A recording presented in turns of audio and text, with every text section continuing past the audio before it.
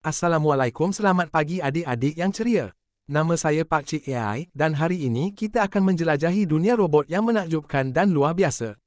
Sebelum kita mulakan, saya nak tanya, adakah di sini ada yang pernah bermimpi memiliki robot? Atau mungkin menjadi pembuat robot? Adik-adik tahu tak, robot bukan sahaja dalam cerita Star Wars atau Transformers. Mereka ada di sekeliling kita. Hari ini, kita akan belajar tentang robot, mesin pintar yang boleh buat banyak kerja hebat. Robot bukan sahaja teman yang baik, tapi juga boleh jadi pembantu kita. Tapi ingat, walaupun robot itu pintar, mereka tak boleh lawan kecerdikan adik-adik semua. Jadi, sedia untuk memulakan pengembaraan kita dalam dunia robot. Jom kita mulakan. Assalamualaikum. Hai, nama saya Cik GPT. Sekarang, mari kita terokai, apa itu robot? Adik-adik, bayangkan satu mesin yang boleh bergerak sendiri, buat kerja-kerja rumit, dan kadang-kadang, nampak macam hidup. Itulah robot. Robot bukan hanya watak dalam cerita kartun atau filem, tapi ia adalah realiti dalam dunia kita. Robot itu macam kawan yang pintar, yang boleh membantu kita dalam pelbagai cara. Ada robot yang boleh bersihkan rumah, ada yang boleh tolong di kilang, dan ada juga yang boleh jadi teman bermain kita. Adik-adik pernah nampak robot mainan? Ya, itu salah satu contoh robot. Mari kita lihat beberapa robot ini. Lihatlah robot ini, walaupun kecil, ia boleh melakukan banyak perkara yang menakjubkan. Ingat, dunia robot itu penuh dengan keajaiban dan penemuan. Dan hari ini, kita semua akan jadi peneroka dunia robot ini bersama-sama. Adik-adik, pernah tak terfikir robot ada di sekeliling kita? Hari ini, kita akan lihat contoh-contoh robot dalam kehidupan seharian kita. Pertama, kereta pandu sendiri. Bayangkan kereta yang boleh bawa kita pergi mana-mana tanpa kita perlu pegang stering. Teknologi canggih membolehkan kereta ini lihat jalan dan buat keputusan sendiri. Kedua, pembersih hampagas robotik. Robot ini seperti penyapu ajaib yang bergerak sendiri untuk membersihkan rumah kita dari habuk dan kotoran. Sangat membantu, kan? Ketiga, lengan robot industri. Di kilang-kilang, lengan robot ini digunakan untuk tugas-tugas berat seperti mengangkat barang, mengimpal atau memasang. Mereka sangat kuat dan tepat. Seterusnya, pembedahan jarak jauh. Bayangkan doktor yang berada jauh boleh melakukan pembedahan menggunakan robot. Ini membantu pesakit mendapat rawatan terbaik walaupun doktor berada jauh. Lagi, ada robot penyelamat. Dalam situasi bahaya seperti bencana alam, robot penyelamat ini beraksi untuk mencari dan menyelamatkan orang yang terperangkap. Contoh akhir sekali, rover peneroka planet Marikh. Ada rover yang dihantar ke Marikh untuk menjelajah dan mengumpul data tentang planet itu. Misi ini membantu kita memahami lebih tentang angkasa lepas. Semua contoh ini menunjukkan betapa robot telah menjadi sebahagian penting dalam kehidupan kita dan membantu dalam banyak cara. Sekarang, mari kita kenali komponen-komponen robot dan bandingkan mereka dengan badan manusia. Komponen utama robot ialah komputer atau mikropengawal. Ia seperti otak kita, tapi bayangkan ia tidak pernah lupa di mana ia meletakkan mainan kegemarannya. Kemudian, kita ada penggerak, aktuator atau motor. Ini adalah otot robot. Fikirkan ia seperti otot yang membolehkan robot melakukan gerakan tarian robot yang hebat. Komponen seterusnya adalah bateri atau sumber kuasa. Ia seperti snack petang yang memberikan kita tenaga. Tetapi, robot tidak pernah minta lebih atau kurang gula.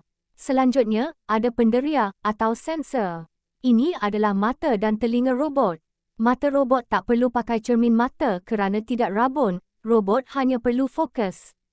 Jangan lupa tentang rangka atau chassis. Ini kerangka robot, seperti tulang kita yang menyokong tubuh. Dan yang terakhir, kabel.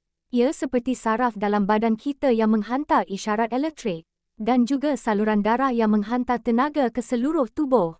Dengan memahami komponen ini, kita dapat bayangkan bagaimana robot dicipta dan berfungsi serupa dengan kita, tapi dengan sedikit keajaiban teknologi. Adik-adik, nak jadi pakar robot? Mari ikuti langkah-langkah ini untuk belajar robotik. Pertama, mantapkan pengetahuan asas. Kuasai asas matematik, sains dan reka bentuk dan teknologi atau RBT. Ini penting untuk memahami cara kerja robot. Kedua, belajar asas elektronik. Fahami komponen elektronik seperti papan litar dan sambungan wayar. Ia serupa dengan belajar cara membuat jantung robot berdenyut. Seterusnya, belajar pengaturcaraan. Kuasai bahasa pengaturcaraan seperti Python atau Scratch. Ini ibarat belajar bahasa rahsia untuk berkomunikasi dengan robot. Keempat, buat eksperimen. Cuba buat projek kecil dengan kit robotik. Eksperimen adalah cara terbaik untuk belajar. Kelima, ikuti kelas robotik. Sertai kelas atau bengkel untuk belajar dari pakar dan bertemu kawan-kawan yang juga minat robotik. Akhir sekali, masuk pertandingan. Cabar diri dengan masuk pertandingan robotik. Ini bukan sahaja menyeronokkan, tapi juga mengasah kemahiran dan kreativiti. Ingat, setiap pakar mula dari asas. Jadi, jangan takut untuk memulakan langkah pertama dalam dunia robotik. Mari kita belajar sedikit tentang sejarah awal robotik. Pernah dengar tentang Ismail Al-Jazari, ilmuwan Islam yang hebat? Lahir pada tahun 1136 di Mesopotamia, Al-Jazari dikenali sebagai pencipta jam gajah dan robot humanoid pertama di dunia. Inovasinya dalam pembahagian gear roda dan mekanik lain telah mempengaruhi teknologi di Eropah dengan mendalam. Bahkan, beliau sering dijuluki sebagai bapa robotik dan kejuruteraan moden.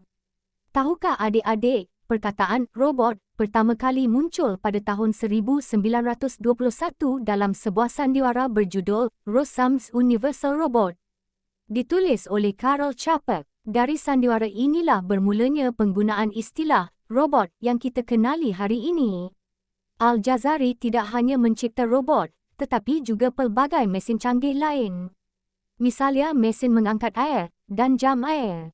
Inovasi beliau menginspirasi banyak penemuan yang datang kemudian, menunjukkan betapa pentingnya sumbangan beliau dalam bidang sains dan teknologi.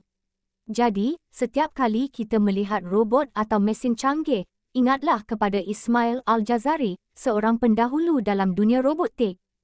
Terima kasih kerana bersama-sama kita hari ini meneroka dunia robotik dan sejarahnya yang menakjubkan. Harapan saya, apa yang kita kongsi bersama hari ini dapat membuka minda dan menambah semangat adik-adik untuk terus belajar dan meneroka bidang sains dan teknologi. Ingatlah, setiap penciptaan yang hebat bermula dengan langkah yang kecil dan setiap penemu ulung bermula dengan impian dan ingin tahu. Jadi, teruskan berimajinasi, bereksperimen, dan jangan takut untuk bertanya dan mempelajari sesuatu yang baru. Semoga suatu hari nanti, kita semua boleh menjadi pencipta dan inovator yang cemerlang. Selamat menjelajah dunia sains dan teknologi, dan ingatlah untuk sentiasa berseronok sambil belajar. Jumpa lagi lain kali.